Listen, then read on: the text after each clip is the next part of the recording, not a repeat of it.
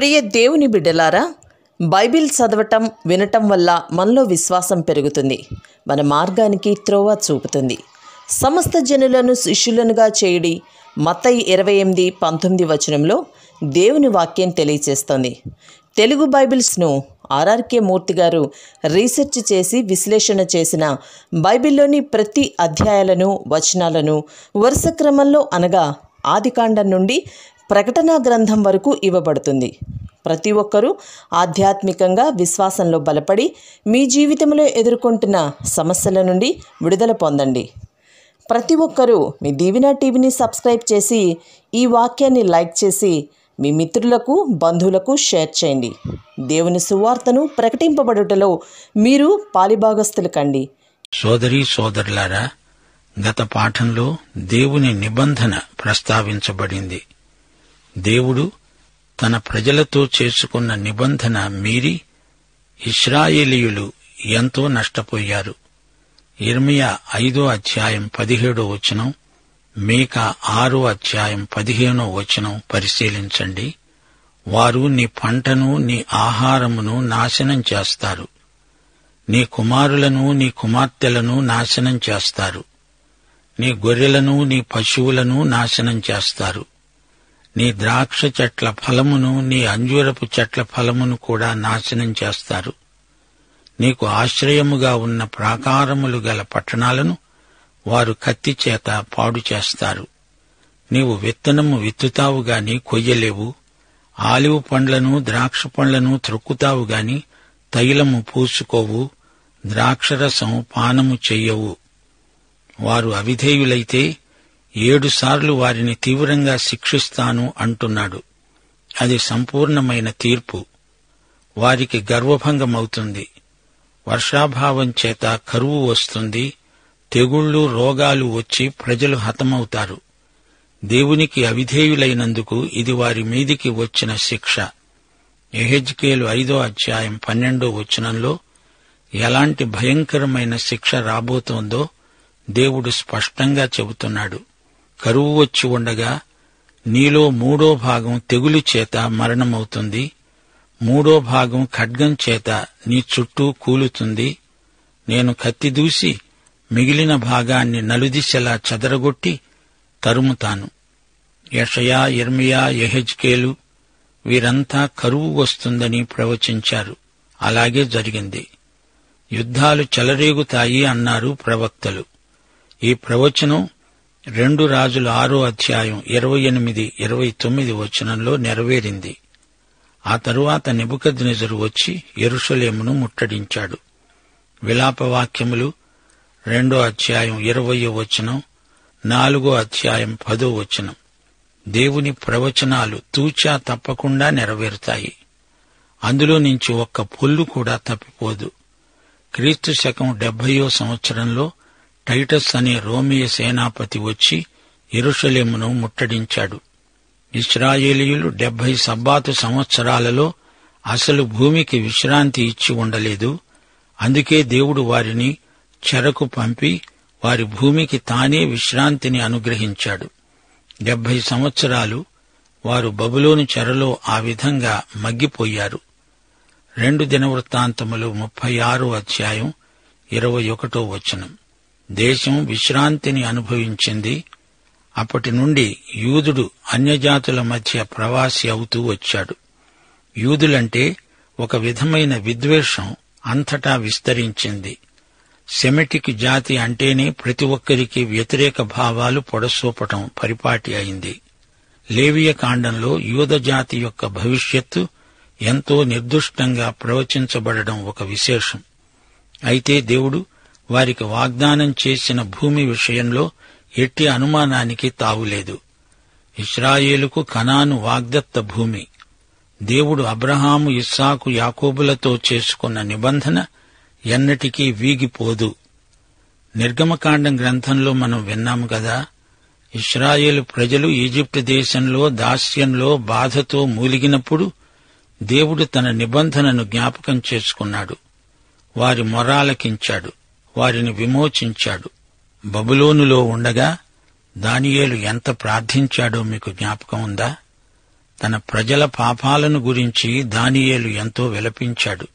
తన దేశ ప్రజలతో తాను సంయుక్తపరుచుకున్నాడు. అప్పుడు దేవుడు దానియేలు వద్దకు తన రాయబారిని పంపాడు. ప్రార్థనలకు సత్వరమే జవాబు లభించింది. వారు వాగ్దత్త భూమికి తిరిగి రాగలిగారు.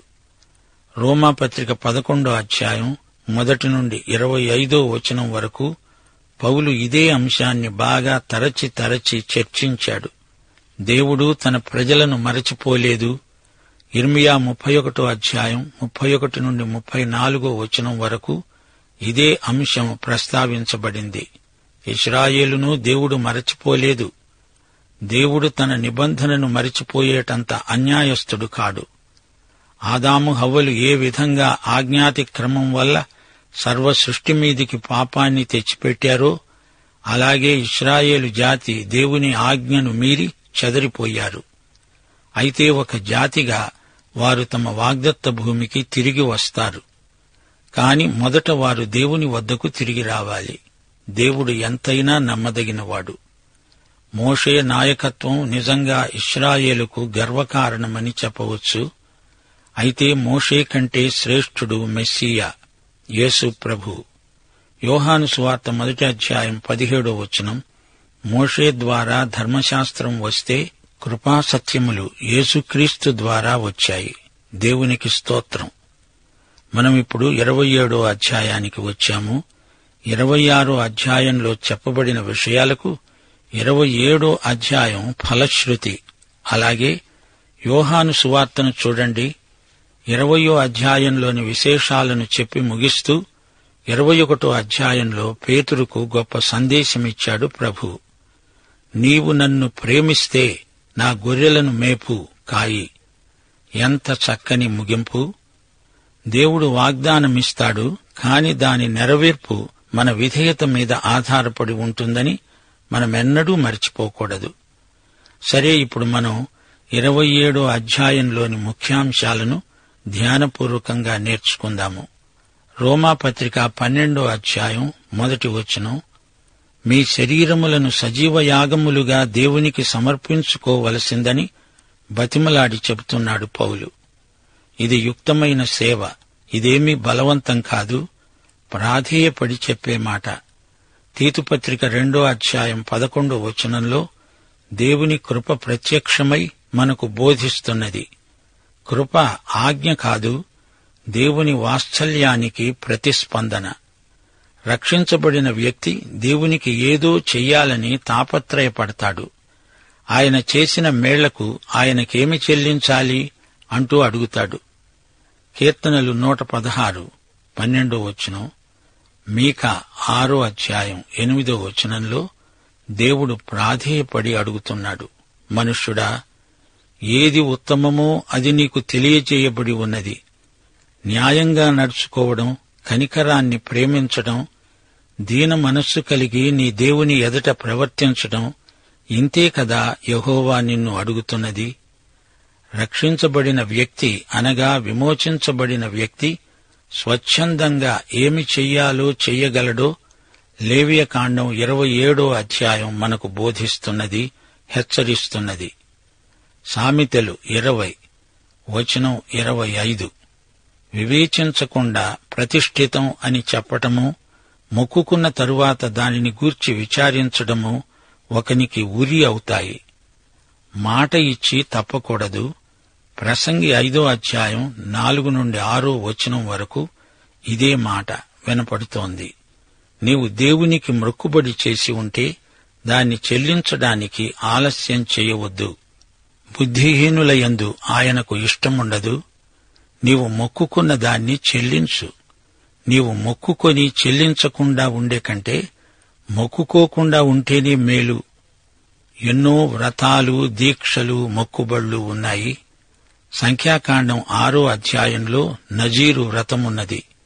యెఫ్తా మొక్కుబడి ఎలాంటిదంటారు? న్యాయాధిపతులు 11వ అధ్యాయం 30, 31, 39, 40 వచనాలు వినండి. అది నరబలి అంటారా? కాదు. యెఫ్తా యెహోవాకు మొక్కుకున్నాడు, నీవు నా చేతికి అమ్మోనీయులను నిశ్చయంగా అప్పగించిన ఎడల నేను వారి యొద్ద నుండి క్షేమంగా తిరిగి వచ్చేటప్పుడు నాకు ఎదురుగా నా ఇంటి ద్వారము నుండి బయలుదేరి వచ్చేదేదో అది యెహోవాకు ప్రతిష్ఠితమవుతుంది. దహనబలిగా దాన్ని అర్పిస్తాను. ఆ 2 నెలల అంతమందు ఆమె తన తండ్రి వద్దకు తిరిగి రాగా అతడు తాను మొక్కుకొన్న మొక్కుబడి చొప్పున ఆమెకు చేశాడు. ఆమె పురుషుణ్ణి ఎరుగనే లేదు. ప్రతి సంవత్సరం ఇశ్రాయేలీయుల కుమార్తెలు 4 దినములు గిలాదు దేశస్థుడైన యెఫ్తా కుమార్తెను ప్రసిద్ధి చేసే వాడుక ఉంది. మొక్కుబడి చెల్లించాలి, లేకపోతే అది అపరాధమవుతుంది. దానికి అపరాధ బలి అర్పించాల్సి వస్తుంది. లేవియకాండం 5వ అధ్యాయం 4 నుండి 6వ వచనం వరకు, ద్వితీయోపదేశకాండం 23వ అధ్యాయం 21 నుండి 23వ వచనం వరకు ఈ విషయం తేటగా వివరించబడింది. యెహోవా మోషేకు ఆజ్ఞాపిస్తూ అన్నాడు, నీవు ఇశ్రాయేలీయులకు చెప్పు, విశేషమైన మొక్కుబళ్ళు యెహోవాకు తప్పక చెల్లించాలి. దానికి నువ్వే వెల నిర్ణయించాలి. 20 నుండి 60 ఏండ్లు గల పురుషుడైతే 50 తులాల వెండి, స్త్రీ అయితే 30 తులాల వెండి చెల్లించాలి. 5 నుండి 20 ఏండ్ల బాలునికి 20 తులాల వెండి, బాలికకు 10 తులాలు. నెల మొదలుకొని 5 ఏండ్ల లోపు మగవానికి 5 తులాలు, స్త్రీకి 3 తులాలు వెండి చెల్లించాలి. 60 ఏండ్లు దాటితే మగవానికి 15, స్త్రీకి 10 తులాల వెండి విధించబడుతుంది. ఈ నిర్ణీత వెల చెల్లించలేనంత బీదవాడైతే యాజకుని ఎదట హాజరు కావాలి. అప్పుడు యాజకుడు ప్రత్యేకమైన వెల నిర్ణయిస్తాడు. మొక్కుకున్న వాని ఆర్థిక స్థితిని బట్టి ఈ వెల నిర్ణయించబడుతుంది. విశేషమైన అర్పణ అంటే ఏమిటి? 2 సమూయేలు 24వ అధ్యాయం 24వ వచనం. దావీదు ఏమన్నాడో విని అప్పుడు చెప్పండి. వెల ఇచ్చి కొంటాను, వెల ఇవ్వక నేను తీసుకున్న దానిని యెహోవాకు దహన బలిగా అర్పించను అని అరౌనాతో చెప్పి ఆ కళ్లమును ఎడ్లను 50 తులముల వెండికి కొన్నాడు. అది అసలైన అర్పణ అంటే. దేవునికి ఇవ్వటంలో సులభ పద్ధతులు ఉండవు. అయినా ఈ కృపాయుగంలో మనం చెల్లించం, ఇస్తాము. చెల్లించడానికి ఇవ్వటానికి ఎంతో వ్యత్యాసముంది. పన్ను ఇవ్వడం చెల్లించడం, ఇవ్వటం దాతృత్వం. దశమ భాగాలు చెల్లించేవి, కానుకలు ఇచ్చేవి. ఇవ్వటం అనేది దాతృత్వ కృప. దేవుడు నీ దృష్టిలో చౌకబారు వ్యక్తి అయితే దేవుని దృష్టిలో నీవు అంతే అవుతావు. జాగ్రత్త. అసలు మనిషికి దరిద్రం ఎందుకొస్తుంది? దేవునితో ఆ వ్యక్తికి ఉన్న సంబంధం అతని దాతృత్వంలోనే పరీక్షకు వస్తుంది. దేవుని కోసం తెగువతో ఇచ్చేవారికి దేవుడు దరిద్రం రానియ్యడు. ఇది నిజం. యెహోవా నా కాపరి, నాకు లేమి కలుగదు. మొక్కుబడి వెల నిర్ణయించబడింది. 20 నుండి 60 ఏండ్ల వయస్సున్న మనిషి పనిచేయగలడు. స్త్రీల మొక్కుబడి వెల తక్కువ. ఈ సందర్భంలో యెఫ్తా కుమార్తెను గురించి ఒక మాట చెప్పాలి. అతడు తన కుమార్తెను నరబలి చేయలేదు. ఆమె సజీవ యాగంగా దేవునికి సమర్పించబడింది. కన్యకగా ఉండిపోయి దైవ సేవ చేసింది. అనగా ఆమె పక్షాన మూల్యం చెల్లించబడింది. ఆమె తండ్రి మొక్కుబడి నుండి విడుదల పొందింది. అలాగే హన్నా సమూయేలును దైవ సేవకు అర్పించింది. ఆమె మొక్కుబడి వెల చెల్లించింది.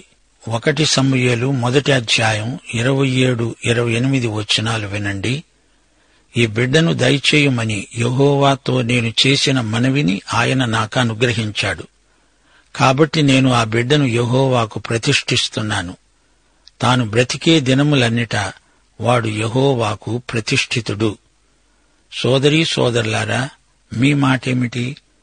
యెఫ్తాలాగా, హన్నాలాగా మీ బిడ్డలను దైవ సేవకు అర్పిస్తున్నారా? విడుదల పొందాలంటే మూల్యం చెల్లించాలి. ఇది బలవంతం కాదు. కృపాసహితమైన కానుకలు దేవునికి ఇవ్వాలి. ఒక్కొక్కరి మొక్కుబడి విలువ యాజకుడు ఎలా నిర్ధారణ చేస్తాడు? ఆ వ్యక్తి యొక్క వయస్సును బట్టి మాత్రమే. అంతేకాని ఆ వ్యక్తి యొక్క సాంఘిక అంతస్తుతో నిమిత్తం లేదు. ఆ వ్యక్తి పలుకుబడి పేరు ప్రఖ్యాతులతో ప్రమేయం లేదు. మొక్కుబడి విలువ ఆ వ్యక్తి వయస్సు, పనిచేసే బలము, సామర్థ్యాన్ని బట్టి ఉంటుంది. ఈ స్వచ్ఛంద సేవలో దేవుడు ఏ విధంగా అందరికీ అవకాశం కల్పించాడో చూడండి. యాజకుడు న్యాయంగా, ఎట్టి పక్షపాతము లేకుండా వెల నిర్ణయిస్తాడు. బీద విధవరాలి 2 కాసులు పరలోకంలో ఎంతో విలువైనవి. ధనికులు ఆడంబరంగా ఇచ్చే పెద్ద మొత్తాలకు పరలోకంలో ఎట్టి ప్రశంస లభించదని తెలుసుకోండి. దేవుడు పక్షపాతి కాడు. పరిసయ్యుని ప్రార్థన దేవుడు వినలేదు. అదే సమయంలో సుంకరి ప్రార్థన విన్నాడు, జవాబిచ్చాడు. సేవ చేసేవారే వెల చెల్లించడం దైవ సేవలో ఉన్న గొప్ప విశేషం. దైవ సేవే గొప్ప భాగ్యం. ఇది దేవదూతలకు సైతం లభ్యం కానిది.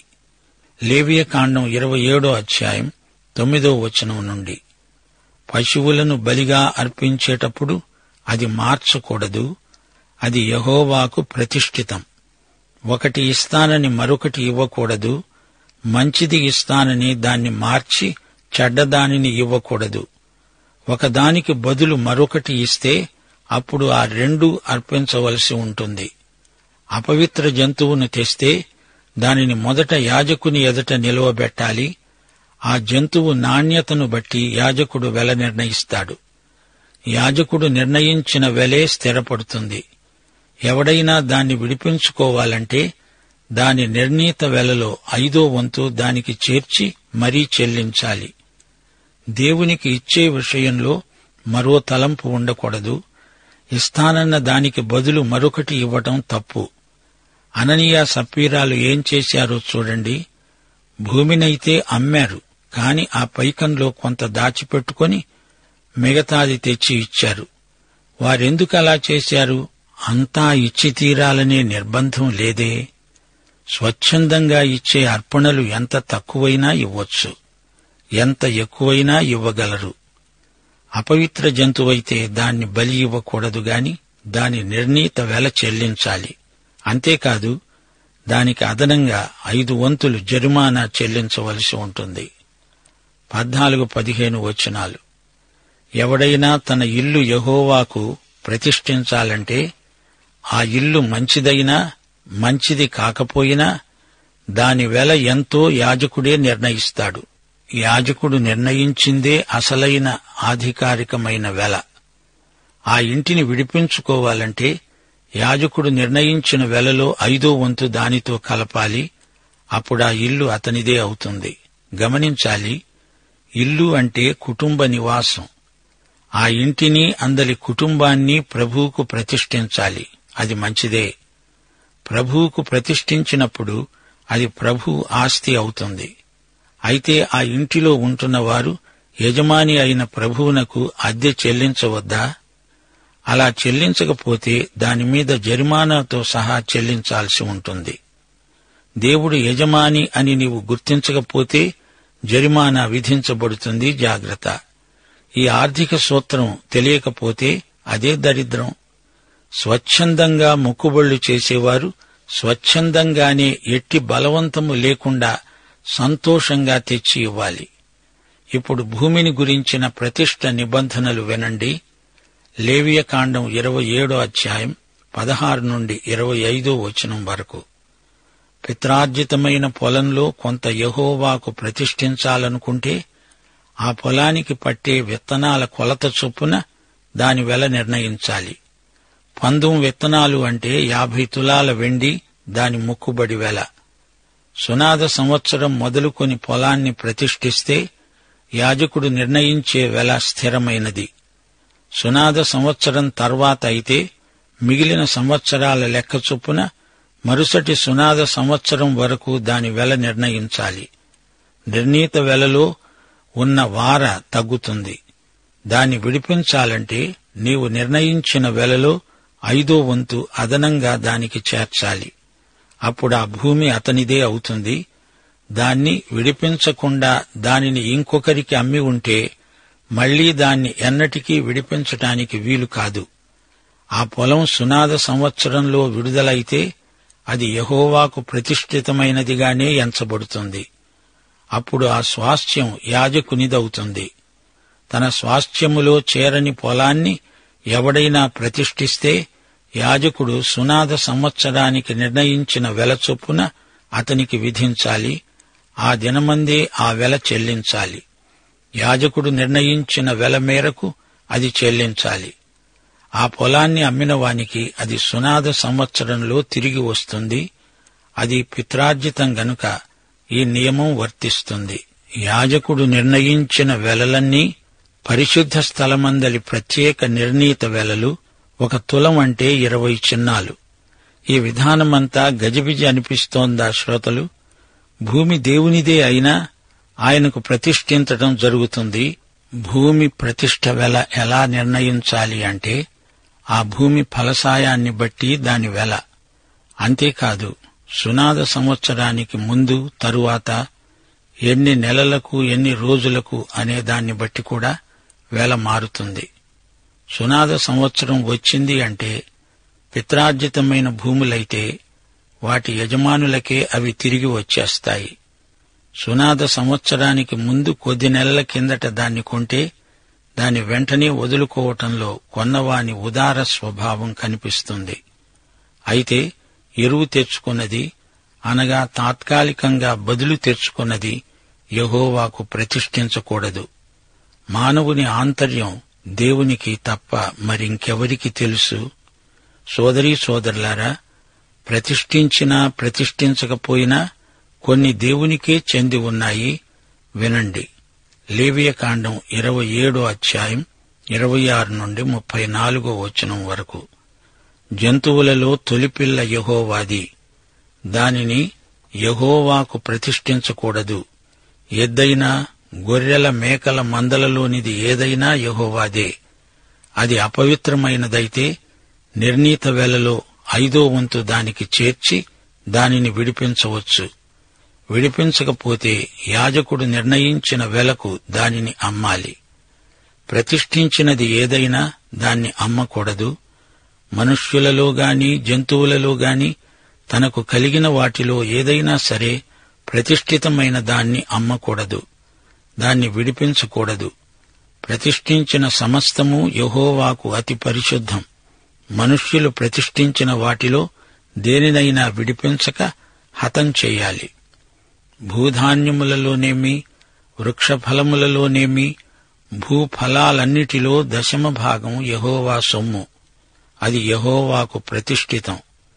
చెల్లించాల్సిన 10వ భాగంలో దేనినైనా విడిపించగోరితే దానిలో 5వ వంతు దానికి చేర్చాలి. పేయలలో గాని గొర్రె మేకలలో గాని కోల క్రింద నడిచే వాటన్నిటిలో 10వ భాగం ప్రతిష్ఠితం. అది మంచిదా కాదా అని చూడకూడదు. దాన్ని మారిస్తే అది దానికి మారుగా ఇచ్చింది రెండూ ప్రతిష్ఠితములవుతాయి. అది విడిపించకూడదు. సీనాయి కొండ మీద ఇశ్రాయేలీయుల కోసం దేవుడు మోషేకు ఇచ్చిన ఆజ్ఞలు ఇవే. శ్రోతలు వినండి. మనుషులలో కాని పశువులలో కాని తొలిచూలు దేవునిదే. వీటిని ప్రతిష్ఠించాల్సిన పని లేదు. దేవుని హక్కులు దేవునికే. అంతకు ముందే ప్రతిష్ఠించబడిన వాటిని తిరిగి ప్రతిష్ఠించకూడదు. యెహోషువ గ్రంథంలో యెరికో పట్టణం ఉంది. అది దేవుని చేతిలో ఉంది. దేవుడు దాన్ని నాశనం చేయాలని తలపెట్టాడు. దేవునికి చెందిన దానిలో నుండి ఆకాను దొంగిలించి అతడే హతమైపోయాడు. యెహోషువ 6-7 అధ్యాయాలు చదివితే మీకీ విషయం బోధపడుతుంది. 10వ భాగాలు దేవునివే కదా, తిరిగి వాటిని ప్రతిష్ఠించకూడదు. ఇప్పుడు చూడండి, తొలిచూలు దేవునిది. అంతకు ముందే దేవుని చేతిలో ఉన్నది ఆయనదే. 10వ భాగాలు ఆయనవి. ఈ 3 యెహోవాకు చెందినవే. లేవియకాండం ఇంతటితో ముగిసింది. ఈ గ్రంథమంతా విని మాతో సహకరించి దేవుణ్ణి మహిమపరిచిన మీకందరికీ మా అభినందనలు. తీతుపత్రిక 2వ అధ్యాయం 11 నుండి 14 వచనాలతో ఈ మహాద్భుత గ్రంథాన్ని లేవియకాండాన్ని ముగిస్తాము. సమస్త మనుష్యులకు దేవుని కృప ప్రత్యక్షమై మనము భక్తిహీనతను ఇహలోక సంబంధమైన దురాశలను విసర్జించి శుభప్రదమైన నిరీక్షణ నిమిత్తము అనగా మహాదేవుడును మన రక్షకుడునైన యేసుక్రీస్తు మహిమ యొక్క ప్రత్యక్షత కోసమై ఎదురు చూస్తూ ఈ లోకంలో స్వస్థబుద్ధితో, నీతితో, భక్తితో బ్రతుకుతూ ఉండాలని మనకు బోధిస్తున్నది. దైవాశీస్సులు. ప్రార్థన చేసుకుందాం. ప్రేమగల తండ్రి, నీ వాక్యాన్ని మేము శ్రద్ధగా వినడానికి, విశేషించి లేవీయ కాండమంతా అధ్యయనం చేయడానికి మీ పరిశుద్ధాత్మ సహాయం మాకు దయచేసినందుకు మీకెంతో కృతజ్ఞులం. వాక్యములో మేము నేర్చుకున్న సత్యాలను మా జీవితాలకు అన్వయించుకొని మేలు పొందడానికి మాపై మీ కృపలను వర్షించండి. మా శ్రోతలందరినీ వ్యక్తిగతంగాను కుటుంబములుగాను దీవించండి. వాక్యాశీర్వాదాలు మెండుగా దయచేయండి. మీరే మహిమ పొందండి. యేసు నామమున ప్రార్థన చేస్తున్నాము తండ్రి. ఆమేన్.